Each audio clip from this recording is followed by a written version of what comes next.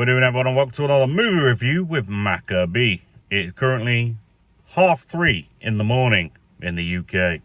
Just got out of seeing the newest Batman movie, and what a fucking journey that was. 3.5 hours long, 3.5 hours long, something like that. Yeah, bastard. Probably closer to 3, to be honest. What can I say about this film? I didn't have a lot of anticipation going into it because I wasn't 100% on whether or not Robert Pattinson would be any good as Batman. I had the same reservations for Tom Holland as Spider-Man, and he proved himself nicely. Robert Pattinson did not. My first initial thought, especially if you've seen the 10-second review, was that literally if you were to take every main recognizable DC hero in this movie, or DC character, should I say, change their name to just literally anything else, there would not really be, other than, the Bat costume, there would not be a single thing about this movie that identified it as having anything to do with Batman or the DC comics. It was a generic, cheap action film. There was a lot of things about it that just wasted our pissing time, basically. For example, the Riddler. Now, we all know the Riddler is the main baddie in this. We've seen the trailers. It's never been a secret. Everyone knows. He got what I'm going to describe as the Mandarin effect. Not to be confused with the Mandela effect.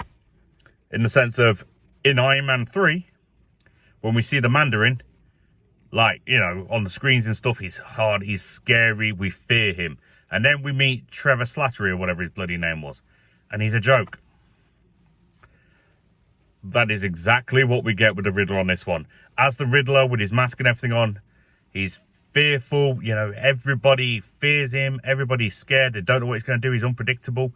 And then as soon as we get to the point, where the inevitable point of capture and unmasking and all that stuff, it becomes a joke. I don't know how best to describe it. It's just an absolute letdown. Zoe Kravitz as Catwoman. She does okay, I guess, but nothing impressive, nothing special.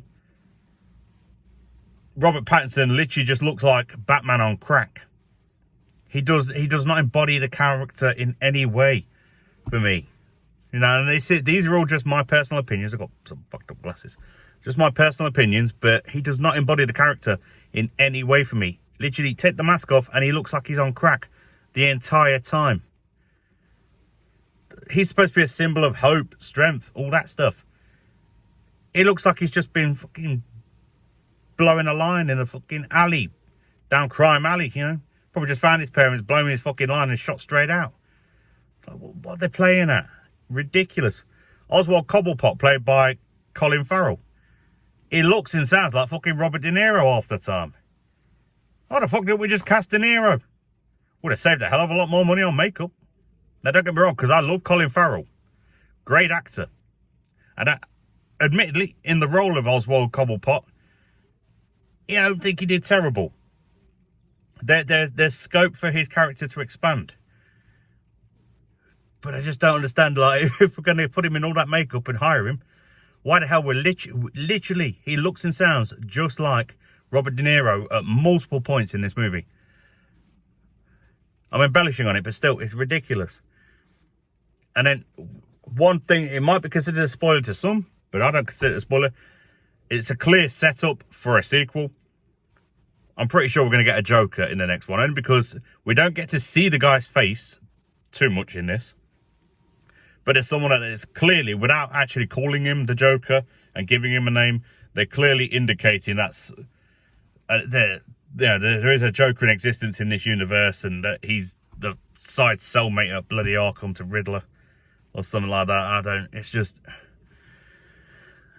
don't bloody know. It's the whole thing is convoluted, because I'd read that the whole film was supposed to be like a playing out of the Long Halloween, which I think I read a while ago. I can't remember too much about it, but there were Halloween elements and things like that, but that just didn't feel like a concrete storyline. It felt a little cheap, We're going to start out with these guys. Oh, these have been played over and we think this guy's the main hero. And then, oh, he's going to find out halfway through that there's something he thought was good is bad and bloody pissing, bloody bar. Like, what a waste of time. I don't recommend. I paid £5 to see it. I'm not intending to watch it again anytime soon. Maybe in 5 years when it's on a streaming service, but that's about it. I'm not rushing out to sit wasting another 3 hours of my life on this shite. If I was going to give this bag of bollocks a grade, it's going to be an AFF. Absolute fucking fail. That's the only way I can describe it, but that was everything I have on that one, folks. I personally do not recommend this movie. If you like action films, you're not too much into comics, it's something to pass your time.